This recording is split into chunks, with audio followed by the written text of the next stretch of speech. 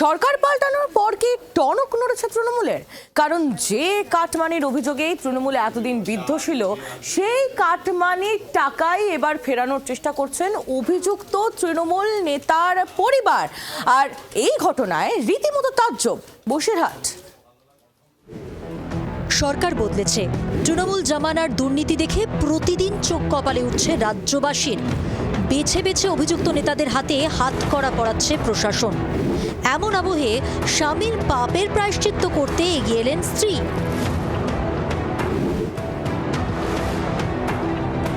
বসিরহাট ১ নম্বর ব্লকের শাকচূড়া বাগুন্ডি গ্রাম পঞ্চায়েত। এই পঞ্চায়েতেরই সদস্য তৃণমূল নেতা দুলাল দাস। অভিযোগ, আবাস যোজনার জন্য উপভোক্তা পিছু হাজার হাজার টাকা কাটমানি নিয়েছিলেন তিনি। পালা বদলের পরেই জেলে গিয়েছেন অভিযুক্ত নেতা।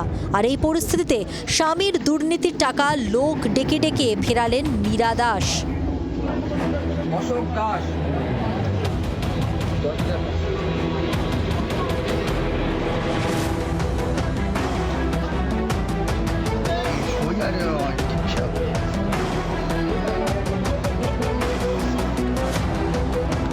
কারোর কাছ থেকে 12, কারোর কাছ থেকে 11, কারোর কাছ থেকে 10, মোটামুটি যে ঝাঁক কাছ থেকে কেলাম দিয়ে সে টাকা ফেরত দিচ্ছে। হ্যাঁ, সব দেখছে না, ওই হাবা প্লেট দেখছে। আমাদের 11,500 টাকা করে নিয়েছিল, সেটা 5,000 টাকা করে বলছে যে আমরা পাচ্ছি না, এই কম বেশি করে নিয়ে।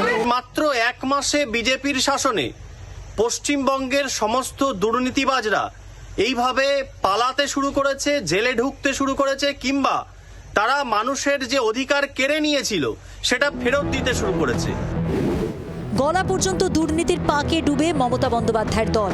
সেই পাক থেকেই বেরোনোর মরিয়া চেষ্টা করছে তৃণমূল।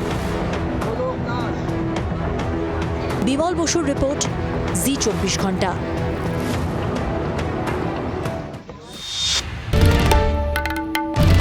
বাংলার আওয়াজ, বাঙালির আবেগ, জি 24 ঘন্টা।